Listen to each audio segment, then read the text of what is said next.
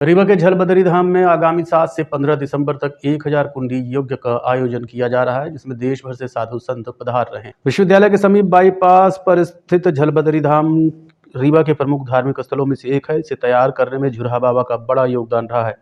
झुरहा बाबा ने ही बड़ी मशक्कत मेहनत से इस धाम को बसाया था, जिसमें स्थानीय निवासियों और विश्वविद्यालय के कर्मचारियों का काफी योगदान रहा था। साथ ही आसपास के गांव के लोगों ने भी जी भर कर सहयोग किया था। आज झलबदरी धाम रीवा शहर में किसी परिचय का मोहताज नहीं है।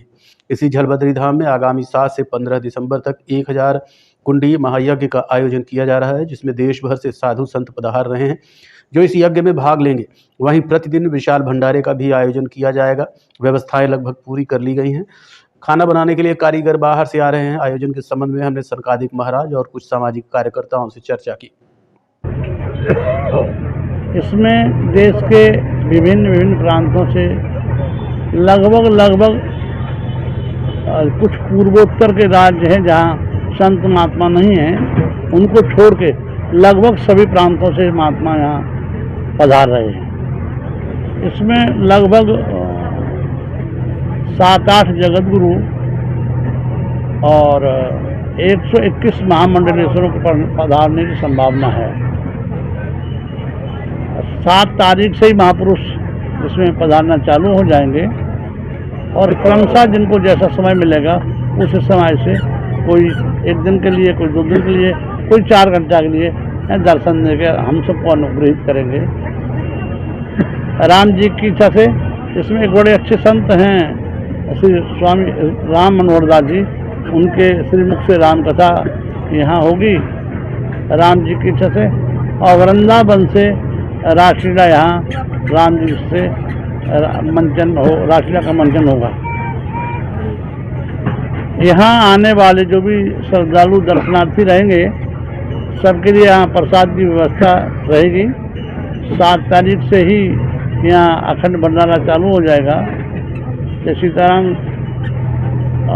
सुबह कुछ बाल भोग इत्यादि और 2 बजे दिन से और रात्रि के 10-11 बजे रात तक लगातार भंडारा चलेगा।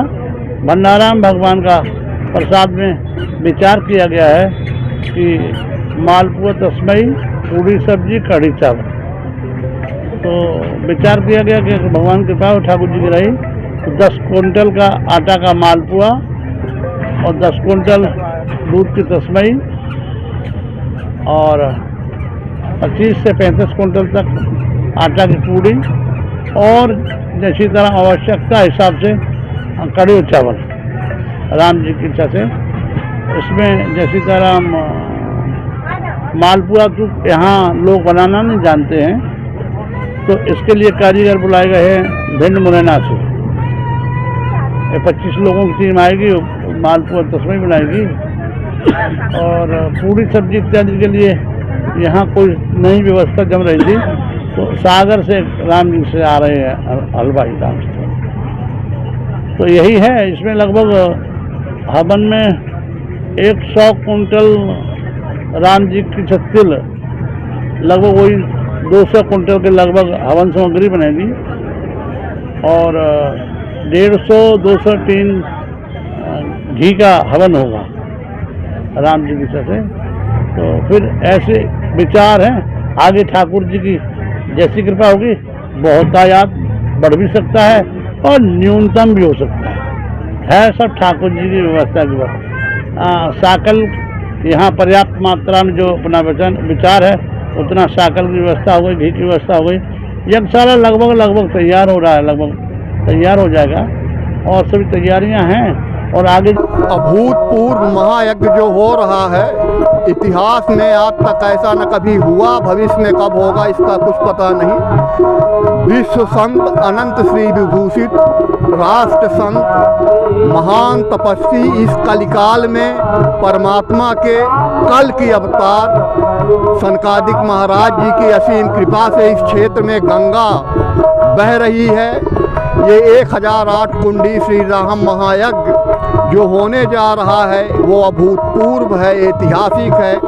ऐसा लग रहा है जैसे जैसे यज्ञ की बेला नज़दीक आती जा रही है, 7 दिसंबर से 15 दिसंबर, तो ऐसा लग रहा है मानो चारों धाम यहाँ पे समाहित हो गया है।